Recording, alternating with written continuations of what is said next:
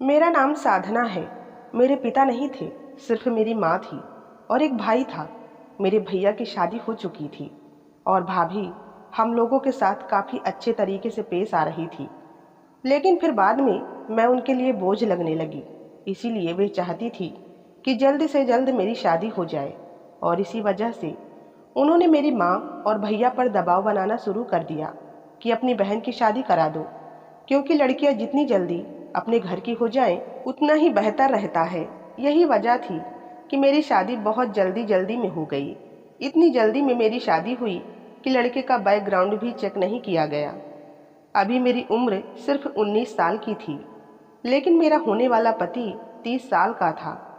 मेरी माँ को ये रिश्ता पसंद नहीं आ रहा था, लेकिन मेरे भैया और भाभी ने ज़बरदस्ती मेरी शादी यहाँ करवा दी थी और माँ से कह दिया कि वहाँ पर साधना बहुत खुश रहेगी। मेरी शादी को अभी कुछ ही दिन गुजरे थे।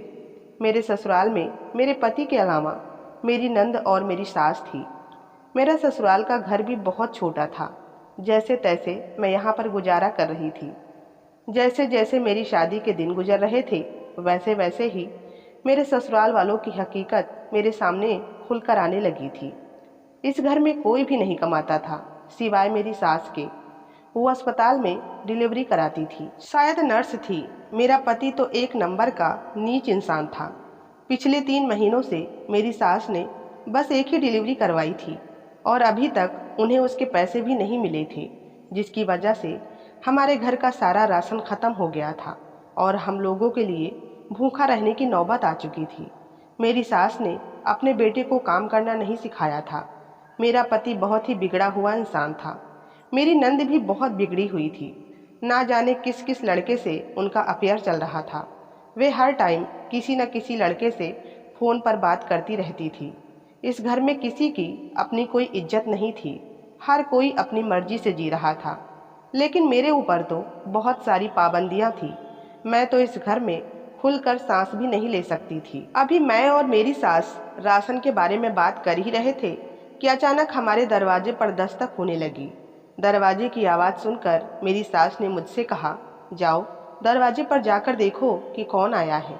मैंने फौरन ही अपनी सास की आज्ञा का पालन किया था और जाकर दरवाजे पर पूछा कि कौन है।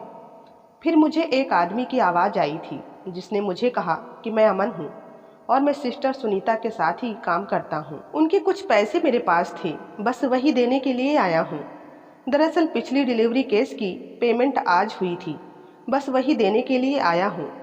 फिर उस आदमी की बात सुनकर मैंने जल्दी से दरवाज़ा खोल दिया और फिर उस आदमी ने मुझे नमस्ते करके मेरे हाथ में एक लिफाफा पकड़ा दिया और कहने लगा, ये सिस्टर सुनीता को दे देना। मैंने हाँ जी करते हुए सर हिला दिया था। मैंने लिफाफा फौरन ही अपने हाथों में पकड़ लिया और मैं उस लिफाफे को लेकर अपनी सास के कमरे में जाने ही वाली थी। फिर अचानक मेरे दिमाग में ख्याल आया कि क्यों ना मैं इस लिफाफे को खोल कर देखूं कि एक डिलीवरी करने के आखिर मेरी सास को कितने पैसे मिलते हैं। इसीलिए मैं सीधे किचन में आ गई और पैसे गिनने के लिए मैंने जैसे ही उस लिफाफे को खोला तो ये देखकर मेरी आंखें फटी की फटी रह गई, क्योंकि उस लिफाफे में हजारों के हिसाब से पैसे नहीं थे, बल्कि लाखों के हिसाब से पैसे रखे हुए थे, जिनको देखकर मैं हैरान हो गई थी और सोचने लग गई कि डिलीवरी करने के इतने ज़्यादा पैसे तो नहीं मिलते। फिर उस आदमी ने मेरी सास को आखिर इतनी बड़ी रकम क्यों दी है। अभी मैं ये सब कुछ सोच ही रही थी कि अचानक मुझे किसी के चलने की आवाज़ आई, तो मैंने जल्दी से ये सारे पैसे लिफाफे में डाल दिए और ख़ुद को काम में बिजी दिखाने के लिए काम में लग गई। फिर कुछ ही देर के बाद मेरी सास किचन में आ गई थी और मुझसे कहने लगी कि बाहर कौन आया था।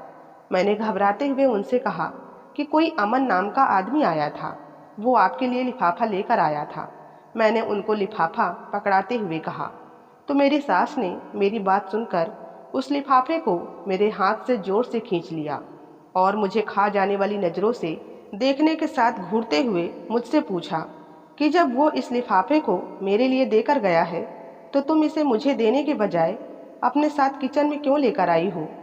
फिर मेरी सास ने मुझ पर जोर जोर से चिल्लाना शुरू कर दिया कि क्या तुमने इस लिफाफे को खोल कर देखा है। अब मुझे अपनी सास के इस अंदाज से डर लगने लगा और मैंने घबराते हुए फौरन उन्हें नहीं में सिर हिला दिया और कहा कि मैंने तो इसको छूकर भी नहीं देखा है। मैंने बहाना बनाते हुए उनसे कहा कि मैं गैस पर दूध रखा हुआ भूल गई थी, दूध कहीं उबल कर चूल्हे पर ना आ जाए, बस इस वजह से मैं फौरन पहले किचन में आ गई और सोचा कि आपको यह लिफाफा बाद में दे दूंगी। मुझे यकीन हो गया था कि सच में दाल में कुछ काला जरूर है। कहीं ये बच्चा बेचने का काम तो नहीं करते, क्योंकि बच्चा पैदा करने के इतने पैसे तो कहीं भी नहीं मिलते। बड़ी से बड़ी डॉक्टर भी इतने ज़्यादा पैसे नहीं लेती है जितना कि नर्स बनकर डिलीवरी करने वाली मेरी सास को मिल रहे थे। और मैं यह बात सोचने पर मजबूर हो गई थी कि आखिर मेरी सास डिलीवरी के नाम पर ऐसा क्या काम करती हैं जो उनको लाखों के हिसाब से पैसे मिल रहे हैं।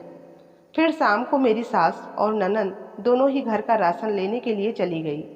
घर वापस आने पर वह दोनों लगभग 6 महीने का राशन लेकर आई थी और साथ में ही इन दोनों माँ बेटी ने अपने लिए खूब सारी शॉपिंग भी की थी।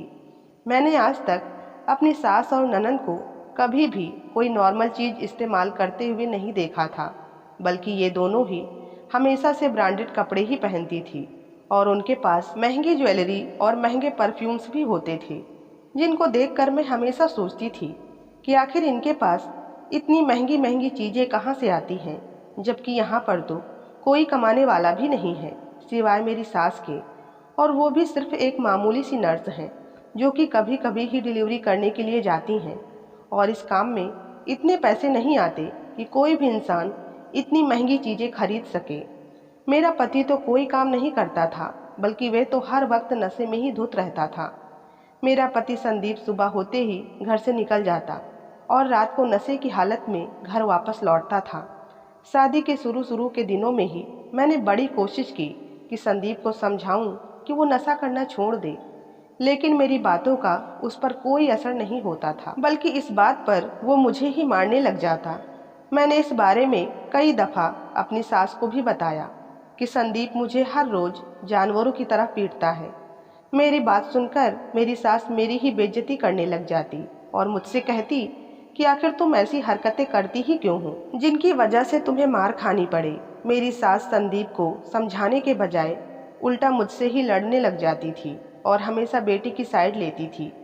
मुझसे कहती थी कि इसमें कौन सी कोई बड़ी बात है, मेरा पति भी मुझे मारता था। मैं तो उसकी शिकायत लेकर कभी अपनी सास के पास नहीं गई थी, बल्कि मैंने तो अपने पति के सामने कभी उफ तक नहीं किया था। पता नहीं आजकल की ये कैसी लड़कियां हैं, इनमें तो शर्म नाम की कोई चीज़ ही नहीं है, जो अपने पति की बुराइयां करती हैं और अपने कमरे की बातें बाहर आकर सबको बताती हैं। सास की बातें सुनकर मैं खामोश हो जाती, क्योंकि मेरे ससुराल में मेरी इज्जत सिर्फ एक नौकरानी जितनी ही थी। कभी कभी तो मेरा दिल करता कि मैं वापस अपने घर चली जाऊं और संदीप से तलाक ले लूं। क्या फ़ायदा ऐसे घर में रहने का जहां पर आपकी इज्जत ही ना हो। मैं अपनी मम्मी से संदीप के रवैये के बारे में बताती तो मम्मी हमेशा मेरी बातें सुनकर मुझे तसल्ली देती और समझाने लग जाती और मुझसे कहती कि बेटा जो होना था वह तो हो गया है, इसीलिए अब तुम सब्र करना सीखो, एक दिन सब कुछ ठीक हो जाएगा। मम्मी की बातें सुनकर मेरी आंखों से आंसू आ जाते और मैं बेआवाज़ रोने लग जाती और दिल ही दिल में ये भी सोचती कि पता नहीं कब ठीक होगा सब कुछ, और पता नहीं मैं उस वक्त तक जिंदा रहूंगी भी या नहीं। फिर कुछ दिनों के बाद संदीप ने मुझे बहुत मारा, मैं बेहोश हो गई थी। मेरे नाक और मुंह से खून निकलने लगा तो मेरी सास और ननंद दोनों बहुत ज़्यादा डर गई थी कि कहीं मुझे कुछ हो ना जाए। वह फौरन मुझे अस्पताल ले गई और फिर उन्होंने मेरी मम्मी को भी खबर दे दी कि मेरी तबीयत ठीक नहीं है। जब मुझे होश आया तो होश में आते ही मम्मी ने मुझसे पूछा कि बेटा तुम सीढ़ियों से कैसे गिर गई थी। सुनीता बहन मुझे बता रही थी कि उनके मना करने के बावजूद भी तुम छत पर कपड़े सुखाने के लिए गई थी। मम्मी की बात सुनकर मैंने नफरत भरी निगाहों से अपनी सास को देखा था। वो मुझे खा जाने वाली नज़रों से देख रही थी और आंखों ही आंखों में इशारा करके मुझे चुप रहने के लिए कहा था। मैं मम्मी के साथ मायके आ गई, मगर मुझे वहाँ जाने पर भी सुकून नहीं मिला, क्योंकि मेरे वहाँ पर जाते ही मेरी भाभी हाथ धोकर मेरे पीछे पड़ गई। मैं अपनी हर मुमकिन कोशिश कर रही थी कि मैं जल्द से जल्द अपने घर वापस चली जाऊँ। 3 दिन के बाद ही मैं अपने ससुराल वापस चली आई, क्योंकि भाभी ने मेरा वहाँ पर रुकना मुहाल कर दिया था। ससुराल में जाते ही मेरी सास ने मुझे देखकर मुझ पर तंज के तीर चलाने शुरू कर दिए और मुझसे बोली कि बस सिर्फ 3 दिन ही रखा तुम्हारी माँ ने तुम्हें, और तुम्हारा 3 दिनों में ही शौक पूरा हो गया मायके में रहने का। मेरे ससुराल वालों को देखकर कोई भी इस बात का अंदाज़ा बड़ी आसानी से लगा सकता था कि उन लोगों में इंसानियत नाम की चीज़ बिल्कुल भी नहीं है। ऐसे ही दिन बीत रहे थे। फिर कुछ दिनों के बाद मैं प्रेग्नेंट हो गई। मैं इस खबर पर बहुत खुश हुई, क्योंकि मुझे लग रहा था कि शायद अब कुछ बदल जाए, मेरे ससुराल वाले मेरी कद्र करने लग जाएं। मेरी सास को जब पता चला था कि मैं प्रेग्नेंट हूँ तो वह भी बहुत खुश हुई थी। लेकिन मेरे कदमों तले से ज़मीन तब निकली जब मैंने अपनी सास को ननद से ये कहते हुए सुना कि अगले 1 साल का खर्चा तेरी भाभी से निकल जाएगा। उनकी बात सुनकर मैं बहुत ज़्यादा डर गई और ये सोचने लगी कि पता नहीं मेरी सास और मेरी ननद मेरे साथ क्या करने वाली हैं। अब मैं हर वक्त बहुत परेशान रहती थी। फिर कुछ दिन गुजरने के बाद एक आदमी फिर से हमारे घर आया, तो मैं छुपकर सास और उसकी बातें सुनने लग गई, ताकि मैं पता लगा सकूं कि ये लोग डिलीवरी के बहाने आखिर ऐसा क्या काम करते हैं कि एक ही दिन में लाखों रुपए से ज़्यादा कमा लेते हैं। वो मेरी सास से कह रहा था कि सुनीता जी, जल्दी से मेरे साथ चलो, मेरी बीबी की तबीयत बहुत ख़राब है, बच्चे की डिलीवरी का टाइम हो गया है। तो मेरी सास ने उससे अजीब लहजे में कहा, कहाँ चलूँ तुम्हारे साथ? तो वो जल्दी से बोला, मेरे घर। उसकी बात सुनकर मेरी सास ने कहा, तुम्हें नहीं पता क्या, मैं डिलीवरी करने किसी के घर नहीं जाती, बल्कि लोग मरीजों को लेकर मेरे पास आते हैं। तो उस आदमी ने कहा, ठीक है, मैं अपनी पत्नी को अभी लेकर आता हूँ। मेरी सास ने कहा, यहाँ पर मत लाना, बल्कि मैं तुम्हें पता बताती हूँ, तुम अपनी पत्नी को वहाँ पर लेकर आओ, क्योंकि वहाँ पर हमारे पास ज़रूरत का सारा सामान होता है। फिर उस आदमी के साथ साथ मैंने भी वो पता याद कर लिया और फिर जल्दी से जाकर मैं अपने कमरे में लेट गई थी। फिर थोड़ी देर के बाद मेरी सास मेरे कमरे में आई और मुझसे कहने लगी कि मैं डिलीवरी करने जा रही हूँ, इसलिए तुम घर का ख्याल रखना। मैंने हाँ में सिर हिला दिया। उनके जाने के 15 मिनट बाद मैं भी उनके बताए हुए पते पर पहुँच गई और वहाँ का मंजर देखकर मेरी आंखें फटी की फटी रह गई। मेरा अंदाज़ा गलत साबित हुआ, क्योंकि वो लोग बच्चों को खरीदने बेचने का काम नहीं करते थे, बल्कि वो लोग तो बच्चों के पैदा होने के बहाने से ऑपरेशन करते थे और साथ में ही प्रेग्नेंट औरतों का गुर्दा भी निकाल लेते थे और अपनी मुंह मांगी कीमत पर बेचा करते थे। ये सारा मंजर देखकर मेरे मुंह से चीख निकल गई और मेरी सास ने मुझे देख लिया था। सास ने मुझे बालों से पकड़ा और मुझे मारने लगी कि तभी वहाँ पर पुलिस पहुँच गई, क्योंकि मैंने ही पुलिस को बुलाया था और उनसे कहा था कि इस पते पर एक गैर कानूनी अस्पताल बना हुआ है जहाँ पर बच्चों को बेचा जाता है। लेकिन यहाँ पर तो मामला ही कुछ और था। पुलिस ने आकर फौरन ही मेरी सास को पकड़ लिया। तभी मेरी ननद ने मुझे बहुत तेज़ धक्का दिया और बोली, मैं तुम्हें जिंदा नहीं छोड़ूंगी। मैं ज़मीन पर गिर गई और गिरते ही मुझे बहुत तेज़ दर्द होने लग गया। मैं दर्द में तड़पने लग गई थी, जिसकी वजह से मेरा मिसकैरेज हो गया। मेरी सास और ननद को उम्र कैद की सज़ा हो गई और इसके बाद मैंने संदीप से तलाक ले लिया, क्योंकि ऐसे मर्द के साथ ज़िंदगी गुजारने का क्या फ़ायदा जो औरत की इज्जत करना ही ना जानता हो। इन सब के बाद मैंने सिलाई की एक छोटी सी दुकान खोल ली और एक लंबे अरसे के बाद सुकून की ज़िंदगी बिताने लगी थी। तो दोस्तों, उम्मीद करती हूँ आपको हमारी कहानी पसंद आई होगी। ऐसी ही और कहानियों के लिए चैनल को सब्सक्राइब करना ना भूलें। मिलते हैं नई कहानी के साथ, तब तक के लिए धन्यवाद।